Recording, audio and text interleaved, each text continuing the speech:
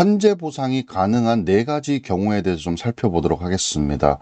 지금 말씀드리는 네 가지 경우에 대해서는 산재 보상을 받을 수 있으니까 좀 기억하시고 참고하시면 좋을 것 같습니다. 첫 번째는요, 업무상 스트레스로 인한 정신질환입니다. 회사에서 큰 사고를 목격하고 난 후에 외상후 스트레스 장애가 발생한 경우, 이런 경우 산재를 받을 수 있다, 보상을 받을 수 있다라는 겁니다.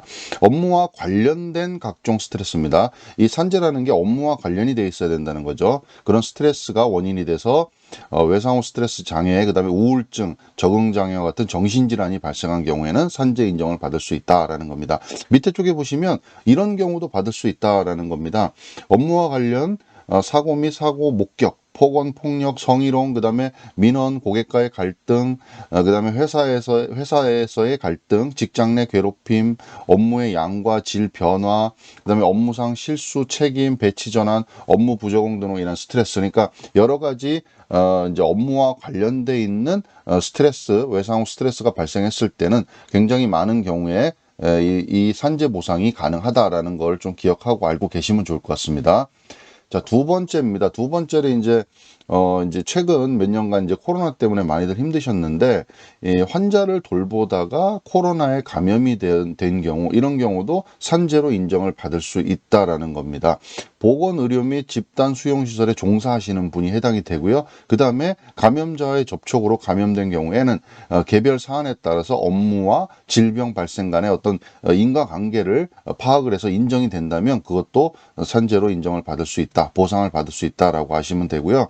코로나19 산재가 인정될 경우에는요, 요양급여, 휴업급여, 장애급여, 간병급여, 유족급여, 장의비, 직업 재활급여, 이런 것들을 보상을 받으실 수 있다라는 겁니다.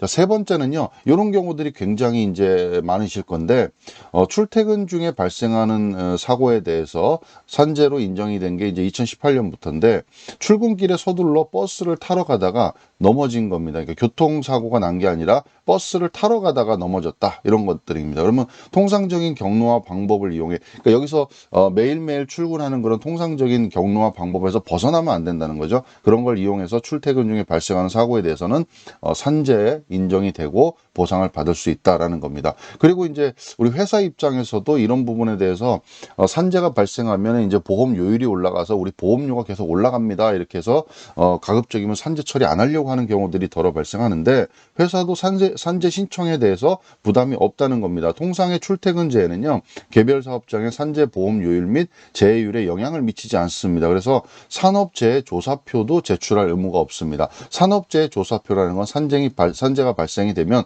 어떤 형태 조건이 맞으면 이거는 반드시 제출해야 되는 서류인데, 이런 경우에 대해서는 제출 의무가 없다라고 하시면 됩니다.